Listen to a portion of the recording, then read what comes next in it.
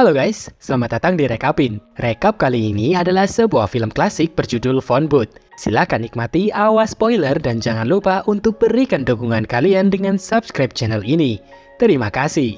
Film berawal ketika seorang humas kota New York yang nakal bernama Stu Shepard sedang mencoba untuk berselingkuh dari istrinya, Kelly. Dari balik sebuah telepon di pinggir jalan, dia mencoba menelpon seorang aktris muda bernama Pam.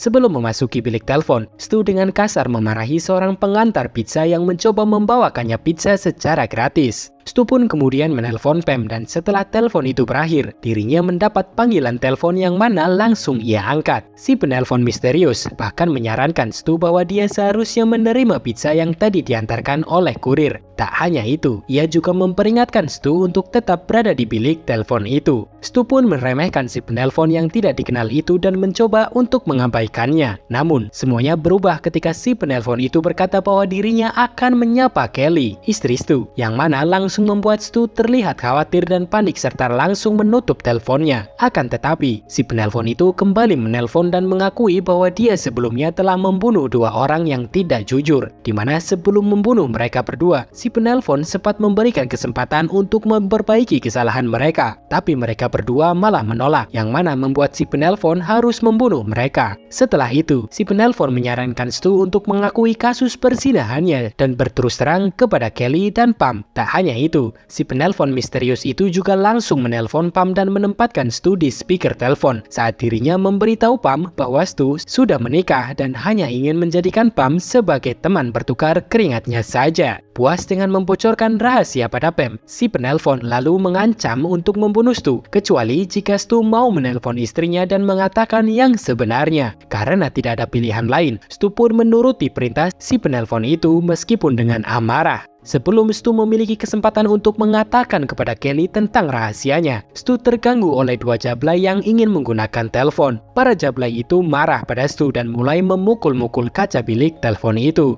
Merasa terpojok, Stu akhirnya menutup telepon itu dan meneriaki para jablay untuk meninggalkan dirinya sendirian. Saat kedua jablay itu pergi, si penelpon misterius kembali menelpon dan memperingatkan Stu bahwa jika dia menutup teleponnya lagi, dia akan menembaknya. Awalnya, Stu pun tidak mempercayainya, tapi setelah si penelpon memperdengarkan kokangan senjatanya, Stu pun akhirnya percaya. Di tengah rasa paniknya, Stu memperingatkan si penelpon bahwa jika dia menembaknya, akan ada polisi yang datang. Namun, penelpon itu langsung membuktikan pada Stu saat dirinya menembak sebuah robot mainan di sebelah bilik telepon dengan sangat halus, yang mana tidak bisa diketahui oleh orang-orang di sekitarnya. Situasi semakin memanas ketika para jablay yang tadi mengadu pada germonya yang bernama Leon kembali menghampiri Stu di bilik telepon. Dan setibanya mereka di sana, Leon meminta Stu untuk keluar dari dalam bilik telepon. Namun karena takut dirinya akan ditembak, Stu pun menolak. Mendengar omong kosong itu, Leon pun marah dan mencoba menghancurkan bilik itu dengan tongkat bisbol, hingga akhirnya dia bisa mendapatkan Stu. Di saat bersamaan, si penelpon pun mengatakan pada Stu bahwa dia bisa membantunya, yang mana langsung diiyakan oleh Stu.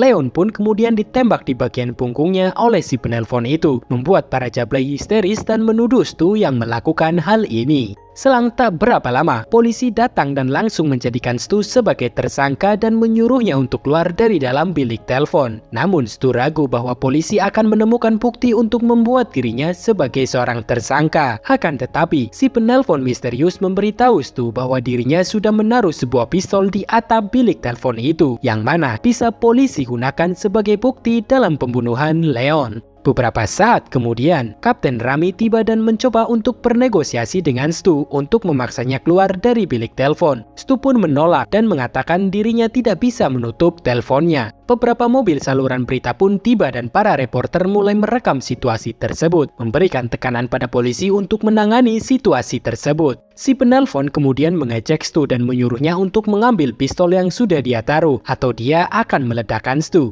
Stu pun menolaknya karena ia tahu bahwa polisi akan menembaknya jika melihat Stu memiliki senjata. Setelah beberapa jam, Kelly akhirnya tiba di tempat kejadian dan si penelpon kembali menyuruh Stu untuk mengaku kepada Kelly tentang perselingkuhannya, yang mana langsung dilakukan oleh Stu saat itu juga. Situasi makin rumit saat Pam tiba dan si penelpon memberitahu Stu untuk memilih antara Pam atau Kelly dan mengancam akan membunuh salah satu dari mereka. Namun sebelum Stu menjawab, si penelpon penelpon menginformasikan pada Stu bahwa seorang polisi sedang mencoba menyadap panggilan mereka. Tetapi si penelpon tidak terlalu panik karena dia yakin polisi itu tidak akan pernah berhasil. Semakin pasrah, Stu kemudian memohon pada si penelpon untuk membebaskan dirinya, sembari jari tangannya mencoba untuk menghubungi Kelly melalui HP-nya. Kelly pun mengangkat telepon itu dan diam-diam memberitahu Kapten Remy tentang apa yang sebenarnya terjadi pada suaminya itu. Ketika Remy mendengar percakapan antara Stu dan si penelpon, Stu kemudian mengakui semua keburukannya di depan kerumunan orang dengan mengatakan pada asistennya, Adam, untuk tidak menjadikan dirinya sebagai contoh. Tak hanya itu, ia juga mengakui jam tangan seharga $2.000 miliknya adalah palsu, sama seperti dirinya. Lebih lanjut, Stu menjelaskan bahwa dia dibesarkan di kawasan yang penuh dengan kriminal dan ingin merubah serta membuang masa lalunya yang kelam itu di belakang. Dia juga mengaku bahwa dirinya tidak sekaya seperti yang terlihat. Pada saat bersamaan, saat Stu masih berbicara ngelantur, para polisi melacak keberadaan si penelpon misterius itu melalui lacakan panggilan yang Stu buat ke HP Kelly. Ramy kemudian memberitahu Stu bahwa mereka sudah melacak keberadaan si penelpon dan memintanya untuk memberitahu si penelpon untuk bersiap-siap karena para polisi sedang datang ke tempatnya. Mengetahui hal ini, si penelpon pun marah dan mencoba untuk menembak Kelly. Stu pun panik dan langsung mengambil pistol dari bilik telepon lalu keluar dan berteriak bahwa seharusnya dirinya saja yang dijadikan target. Dan akhirnya, Stu pun tertembak dan jatuh, tepat saat polisi berhasil masuk ke kamar hotel dan menemukan mayat, telepon, serta senapan sniper. Kemudian terungkap bahwa Stu ternyata terkena peluru karet dari penembak jitu milik polisi. Kelly kemudian berlari dan mencium Stu yang masih tergeletak di tanah.